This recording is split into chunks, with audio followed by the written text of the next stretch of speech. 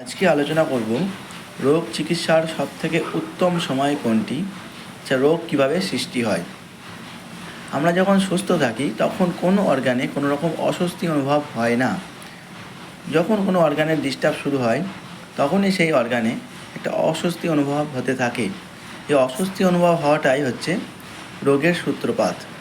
এই যখন অস্বস্তি অনুভব হচ্ছে তখনই আরোগ্য লাভ হওয়ার সবথেকে উত্তম সময়।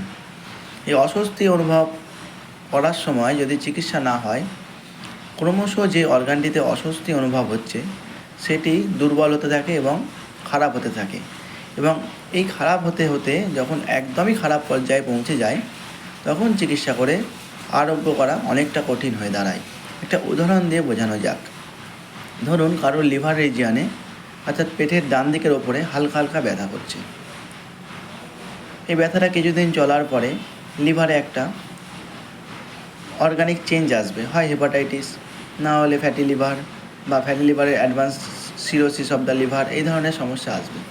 অর্থাৎ যখন অস্বাভাবিক অস্বস্তি অনুভব হতে লাগলো তখন আরোগ্যর বা চিকিৎসার সবথেকে উত্তম সময়, কারণ তখন লিভারটা সম্পূর্ণ সুস্থ ছিল বা সুস্থ আছে।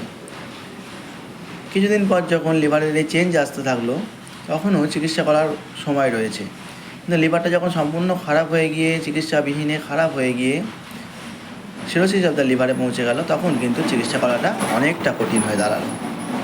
এই হচ্ছে সবথেকে বেস্ট বোঝার ব্যাপার।